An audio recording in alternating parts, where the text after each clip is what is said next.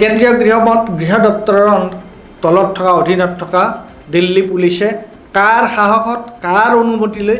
এই কামটো কৰিলে তেওঁলোকক শান্তিপূৰ্ণ আন্দোলনকাৰীৰ ওপৰত মাৰপিট কৰাৰ অনুমতিটো কোনে দিছিল বেআইনী যি অস্ত্ৰ পেলেট গান তাক ব্যৱহাৰ কৰাৰ নিৰ্দেশ কোনে দিছিল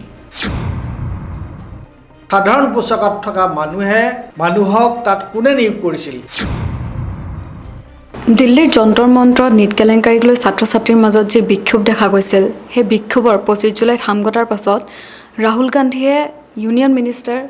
ভাৰতৰ গৃহমন্ত্ৰীলৈ এখন পত্ৰ প্ৰেৰণ কৰিছে সেই লেটাৰখন সেই পত্ৰখনৰ বিষয়ে আপুনি কি ক'ব আমি সকলোৱে জানো যে যন্ত্ৰ মন্ত্ৰৰ যি ছাত্ৰ যুৱকৰ যিটো বিক্ষোভ সেই ছাত্ৰ যুৱকৰ বিক্ষোভ সমগ্ৰ ভাৰতবৰ্ষত কেনেকুৱাকৈ বিয়পি গৈছিল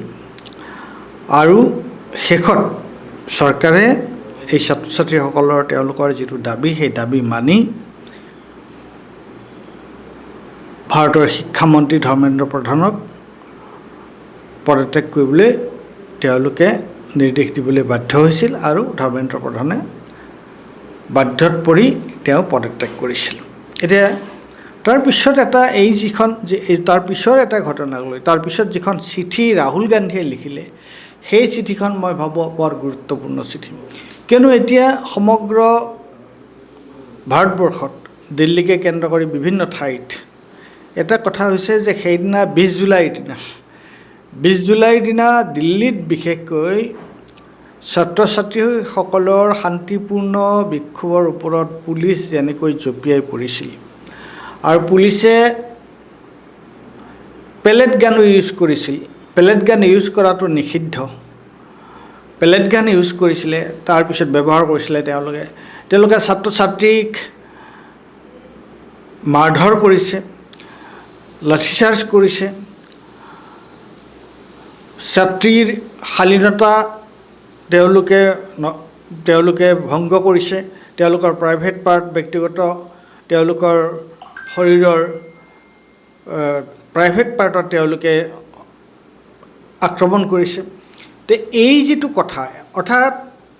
দুটা কথা খুব গুৰুত্বপূৰ্ণ এটা হৈছে যে গণতন্ত্ৰত শান্তিপূৰ্ণ গণতান্ত্ৰিক প্ৰতিবাদৰ অধিকাৰ সকলোৱে আছে সুপ্ৰিম কোৰ্টেও কৈছে সকলোৱে কৈছে যে গণতন্ত্ৰত প্ৰতিবাদৰ শান্তিপূৰ্ণ অহিংস প্ৰতিবাদৰ অধিকাৰ সকলোৰে আছে আৰু সেইটো গণতন্ত্ৰৰ এটা অত্যন্ত গুৰুত্বপূৰ্ণ বৈশিষ্ট্য এতিয়া দিল্লীৰ ৰাজধানীত ছাত্ৰ ছাত্ৰীসকলে শান্তিপূৰ্ণভাৱে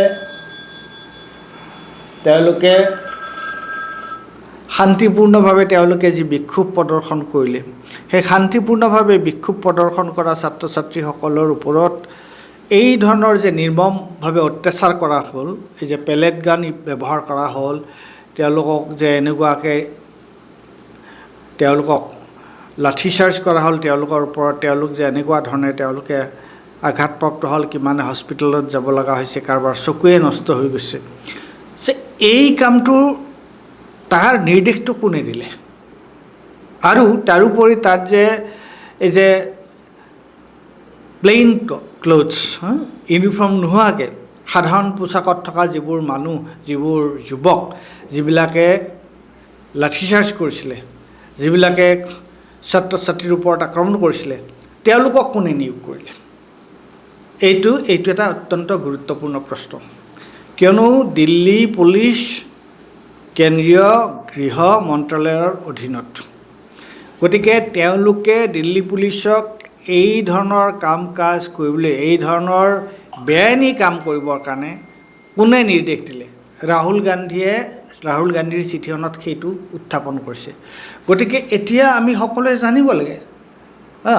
কোৰ্টত এইটোক লৈ ইতিমধ্যে মোকৰ্দমা চলিব ইতিমধ্যে এই প্ৰশ্নটো উত্থাপন হৈছে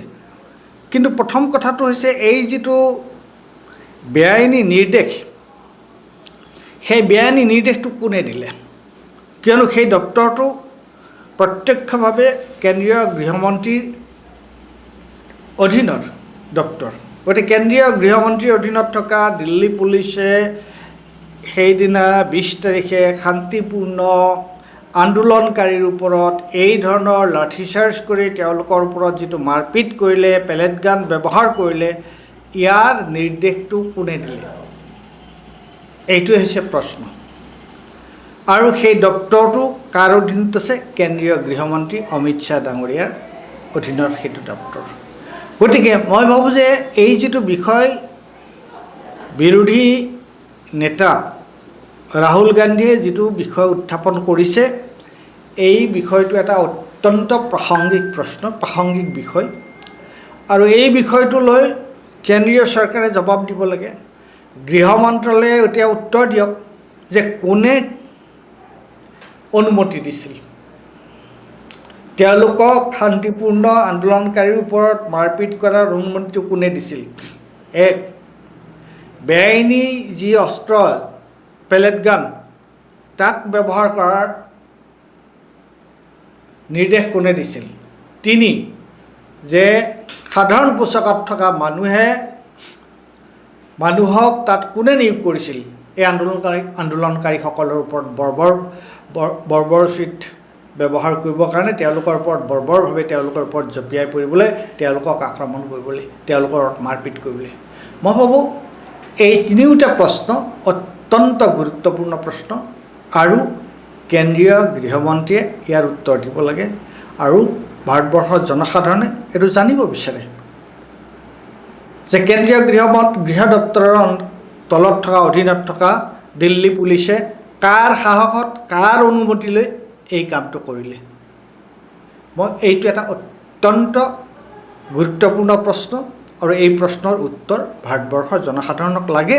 ছাত্ৰ ছাত্ৰীসকলক লাগে, যুৱক যুৱতীসকলক লাগে। গতিকে ৰাহুল গান্ধীয়ে যিটো প্ৰশ্ন কৰিছে এইটো অত্যন্ত গুৰুত্বপূৰ্ণ আৰু তাৎপৰ্যপূৰ্ণ, মই সেইটোৱে ভাবোঁ।